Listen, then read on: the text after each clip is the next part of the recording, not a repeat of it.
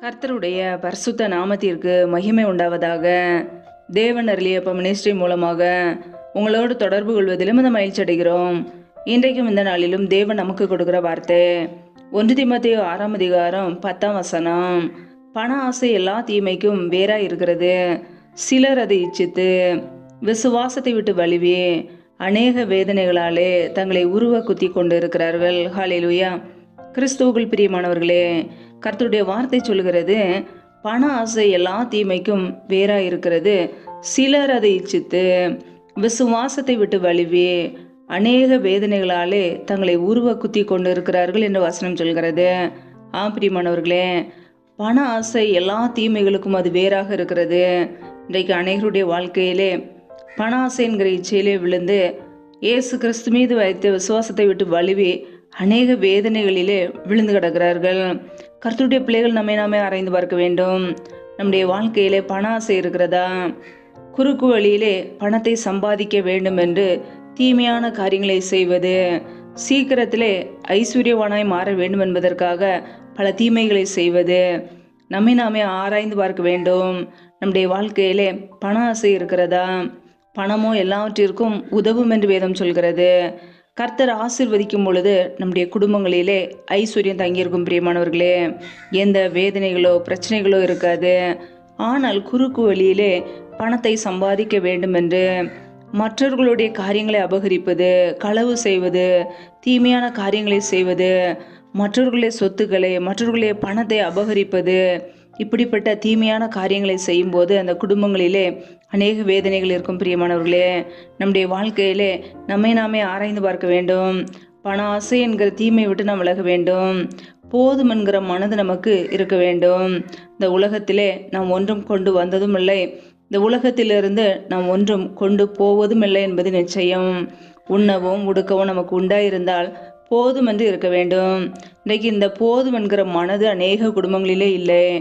எதை பார்த்தாலும் இச்சை, மற்ற குடும்பங்களை பார்த்து அந்த குடும்பத்தில் இருக்கிற காரியங்கள் நமக்கும் வேண்டும் என்று இச்சையிலே விழுந்து விடுவார்கள். பிரியமானவர்களே, பொருளாசை பண ஆசை நமக்குள்ளே இருக்கக்கூடாது. கர்த்தருடைய பிள்ளைகளுக்கு போதும் என்கிற மனது இருக்க வேண்டும். கர்த்தர் நம்மை ஆசீர்வதிக்கிற காரியங்களிலே திருப்தி இருக்க வேண்டும். கர்த்தர் நமக்கு கொடுத்த ஆசீர்வாதங்களை வைத்து நாம் வாழ பழக வேண்டும். அவர் நம்மை ஒவ்வொரு நாளும் ஆசீர்வதிக்கிறவர், நம்முடைய தேவைகளை சந்திக்கிறவர். குறுக்கு வழியிலே எப்படியாவது பணத்தை சம்பாதிக்கலாம் என்று தீமையான காரியங்களிலே நாம் விழுந்து விடக்கூடாது. ஹல்லேலூயா. பண ஆசை என்கிற தீமைக்கு நாம் எச்சரிக்கையோடு வாழ்வோம்.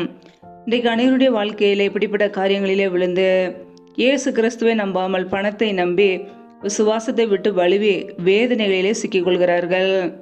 வேதம் சொல்கிறது, ஐஸ்வர்யவான்களாக விரும்புகிறவர்கள் சோதனையிலும் கண்ணியிலும் மனுஷரை கேட்டிலும் அழிவிலும் அமிழ்த்துகிற மதியேடும் சேதமான பலவித இச்சைகளில் விழுகிறார்கள் என்று. பிரியமானவர்களே, பணத்தை சம்பாதிக்க வேண்டும் என்று பலவிதமான இச்சைகளிலே விழுந்து போகிறார்கள். கர்த்தருடைய பிள்ளைகள் நாமே ஆராய்ந்து பார்க்க வேண்டும். நம் நித்திய ஜீவனை பற்றி கொள்ள அழைக்கப்பட்டவர்கள். நம்முடைய வாழ்க்கையிலே தேவனுடைய மனுஷர்களாய் அவருடைய பிள்ளைகளாய் நீதியான காரியங்களை செய்ய வேண்டும். தேவ பக்தியை நாட வேண்டும். இயேசு கிறிஸ்துவையே நம்ப வேண்டும். நம்முடைய வாழ்க்கையிலே பொறுமையோடு சாந்த குணத்தோடு நாம் வாழும்போது கர்த்தர் நம்மை ஆசீர்வதிக்கிறவராய் இருக்கிறார். ஹல்லேலூயா. நம்முடைய வாழ்க்கையிலே நம்மை ஆசீர்வதிக்கிற இயேசு கிறிஸ்துவை நாம் சார்ந்து கொள்வோம். கர்த்தர் நம்மை ஆசீர்வதிக்கும் பொழுது நம்முடைய குடும்பத்தில் எந்த குறையும் இருக்காது. அவர் நம்முடைய வாழ்க்கையை ஆசீர்வதித்து பெருக பண்ணுவார். பிரியமானவர்களே, குறுக்கு வழியிலே பணக்காரனாக மாற வேண்டும் என்பதற்காக தீமையான காரியங்களை செய்யாமல், மற்றவர்களுடைய காரியங்களை அபகரிக்காமல், மற்றவர்களுக்கு துரோகம் பண்ணாமல் கர்த்தருக்கு பிரியமுள்ள ஜனங்களை வாழ்வோம். நீதியான காரியங்களை செய்வோம். உண்மையாக வாழ்வோம். போதும் என்கிற மனதோடு வாழ்வோம். கர்த்தர் நம்முடைய குடும்பங்களை ஆசீர்வதித்து பெருக பண்ணுவார். ஹல்லேலூயா. கர்த்தர் தாமே இந்த வார்த்தையின்படி உங்களை ஆசீர்வதிப்பாராக. ஆமேன். நாமே அவருடைய சமூகத்திலே தாழ்த்தி அர்ப்பணித்து ஜெபிப்போம். ஜெபம். எங்களை அதிகமாய் நேசிக்கிற எங்கள் அன்பின் பரலோக தகப்பனே, துதிக்கிறோம், ஸ்தோத்தரிக்கிறோம். அப்பா, இந்த இரவு நேரத்துக்காக உடைய சமூகத்திலே வருகிறோம். இந்த நாள் முழுவதும் எங்களை பத்திரமாய் பாதுகாத்து கொண்டீரே, அதற்காக ஸ்தோத்திரம்.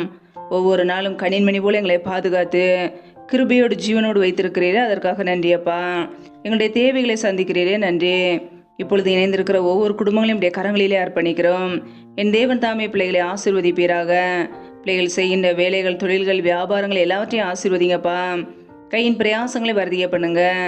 யாரெல்லாம் பலவீனத்தோடு, சோர்வோடு, வியாதியோடு கஷ்டப்படுகிறார்களோ என் தேவன் அவர்களுக்கு நல்ல சுகத்தை கொடுங்க, பலத்தை கொடுங்க, ஆரோக்கியத்தை கட்டளையிடுங்கப்பா. பலவீனத்திலே உடைய பலன் பரிபூரணமாய் விளங்கட்டும், நன்மையினால் நிரப்புங்கப்பா.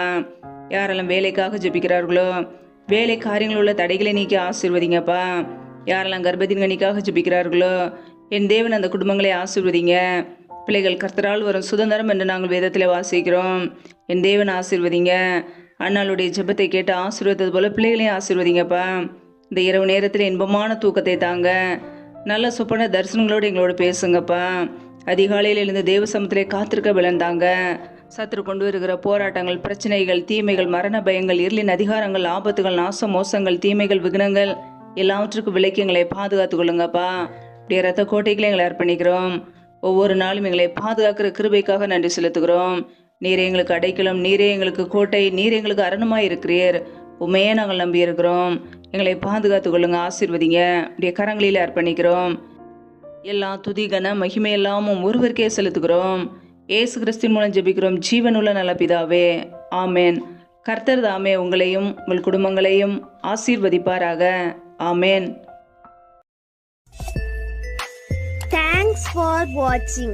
Please subscribe our channel. Click the like and share. Click the bell. God bless you.